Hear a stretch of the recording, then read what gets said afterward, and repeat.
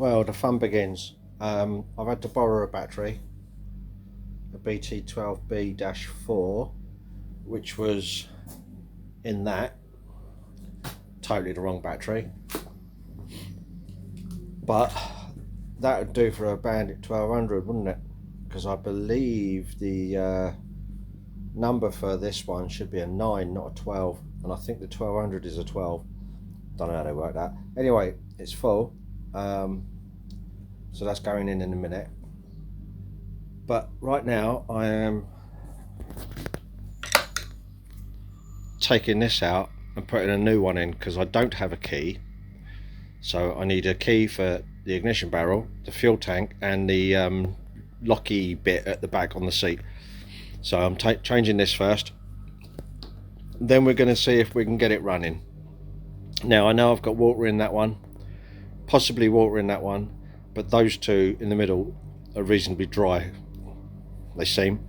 So I'm just going to put the ignition in, put the barrel in, spin it over. If it'll spin, it should spin.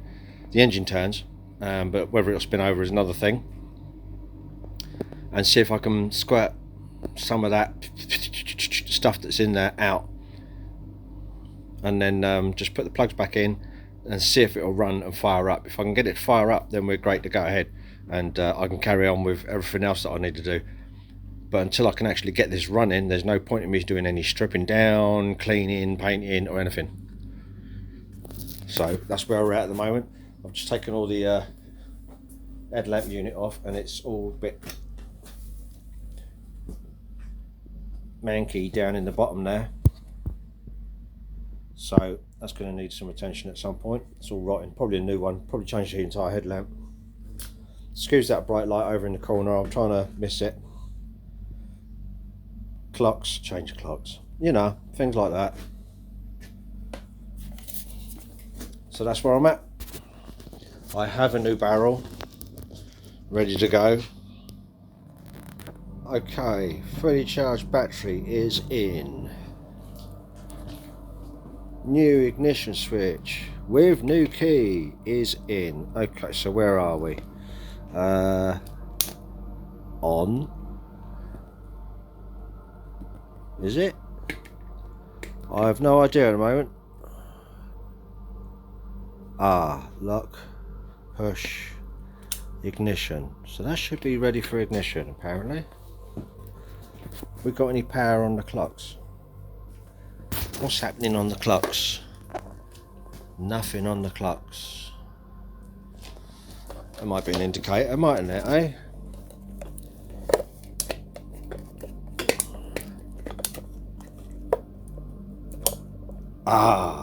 Whoa, yeah. Hazards are on. No, they're not hazards. Me and my hazards. There we go. Indicator off. Well, indicators work. Sweet. That needs cleaning up though, because that's a bit stiff. We have 61,614 on this clock, but apparently this has lost 40,000 miles somewhere according to the last MOT. So this is, from what I can tell so far, a 100,000 mile bike, and I'm about to see if it starts up. We are in neutral. I need it to turn over, and well, it won't start up because there are no plugs in it yet. What's going on with that? Right, that's sticky.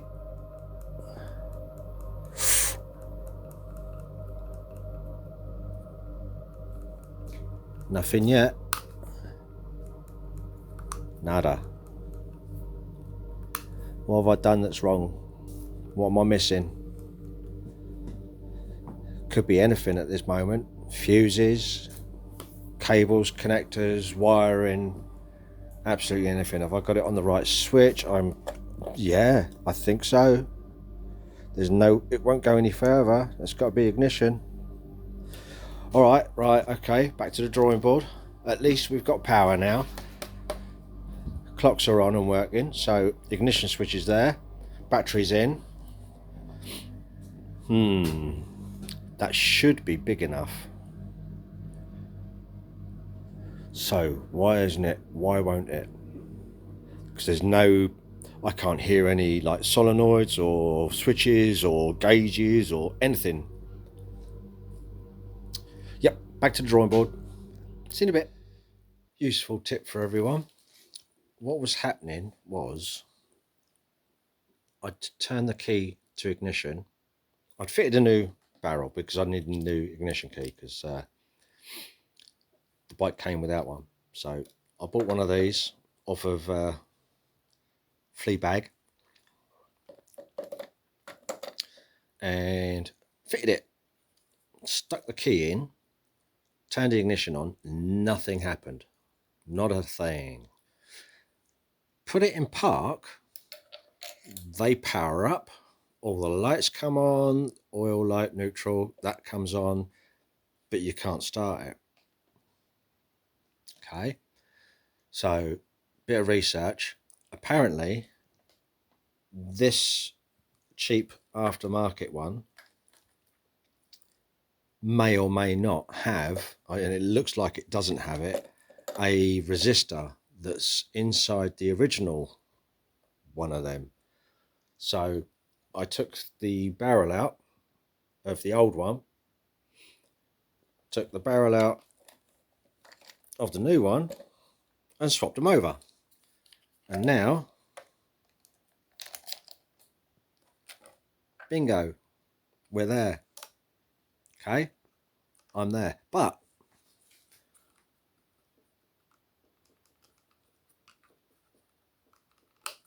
still no starters. I got lights, indicators at least. I don't think I've checked for rears. Oh, I've unplugged it. But yeah, that's where I am. And so I'm looking at this bit next. I'm going to strip this, clean it, see if that's the problem. Yep. Doesn't that look lovely? Eh? Right hand switch. Yeah, I'm going to have to take this off and strip it down and clean it up because I don't think that's working. I can hear the back thingy, what's it, clicking, that one. I can hear him clicking when I turn the ignition on. So I know that the ignition is definitely working all the way through to there. It's just that there's no sort of, so start there. It's a definite mess. But it's so beautiful. Yeah. Well, it don't look too bad. Don't look too good either. Either way, it's got to come out. I'm going to clean it, put it back. That way, peace of mind, you know it's clean and sorted.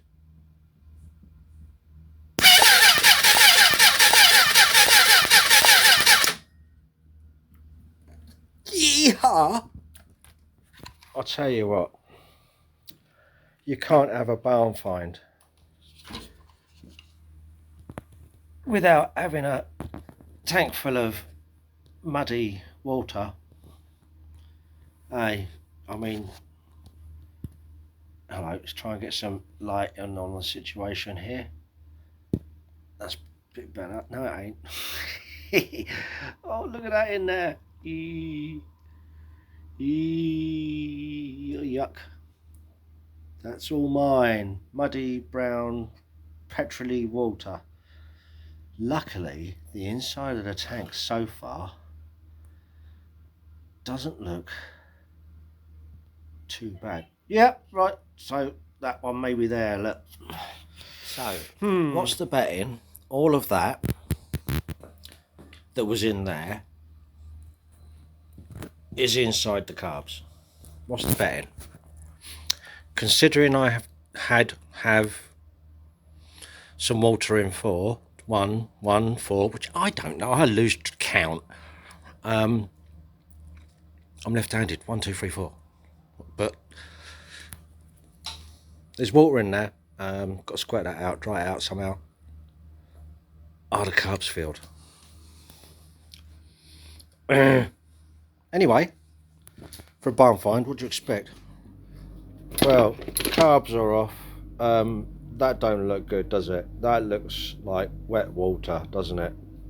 I haven't tested it, touched it yet, but that looks extremely like contaminated, watery, petrol-y fuel type stuff. Not good. This airbox is full of water.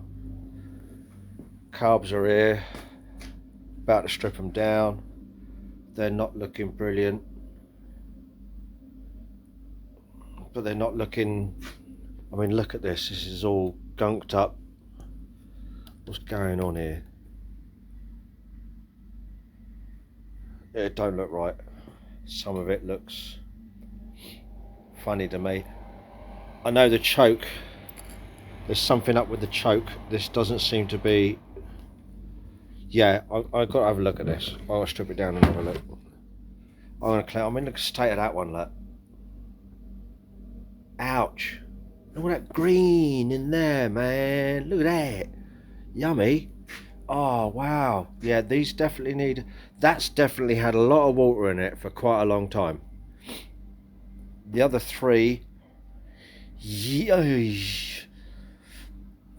But that one is definitely cooked. So, definite strip down, rebuild. Whew, I'm glad I took them out. Had to, really. And then I might take those off, give them all a good clean, get this box out. Now, I've heard that running like the pod filters on these causes them a lot of running issues, and it's better to stay with the standard airbox. If you know different, let me know, because I'm very interested. Are they supposed to be super green? It's looking a bit... And that's just the first one. I'm still sort of attacking you. Yeah, you know. Well, aren't they just beautiful? And the one that I thought was going to be the worst, this one, turns out it was that one. Look at the gunk in there. Let's see if we can get a proper look at that. Look at that. What is it? Is it alive? It's like some green slimy sludge stuff. But yeah, we're there. Now most of these screws, no, not most of them, some of these screws are actually completely naffed. So I've ordered a set of stainless steel ones, Allen keys. These are just like, they're dead. So anyway, strip down, organise, clean, blah. Well, you know what I'm doing for the next 20 years. Cleaning this lot down. That one was completely stuck. This one was like lovely, but yuck, it's awful. Yep. Super green. This one slides. This one slides but sticks. This one's sticky. This one's stuck. So they've all got to come out, strip down, clean them, see what condition they're in. I'm a bit concerned about this one. He's got a slight bend in him on the end. He might be okay, but on the internal there. But that bit is definitely a little bit wobbly. Will it matter? Don't know. Find out, won't we? What we got here is a failure to operate. It's rusted in, it's solid. It won't bend or buckle anywhere there at all. I've been trying to do all sorts and it is rusted solid. I've got to get this chain off. I've had to take the rear wheel off to try and work out a way of getting it off without having to get a handsaw out, because no, that ain't going to happen. I've got a grinding disc somewhere. Meanwhile, back at the back cave. Lovely. Lovely. Yeah. Bit icky in places, isn't it? Bless it. Poor thing. And I hate to imagine when the last service was, but that's a bit diabolical, isn't it, eh? That's awful. You know, I mean, clean it, put some grease on it. Good God. So, yeah, that's where I am so far. Get this chain off. That's seized. Those two are seized. And look at that ring. Look at that. Look, he's come out. He's popped right out. So that is a complete strip down and rebuild. If I can get it apart. Either that or buy some new ones, you know.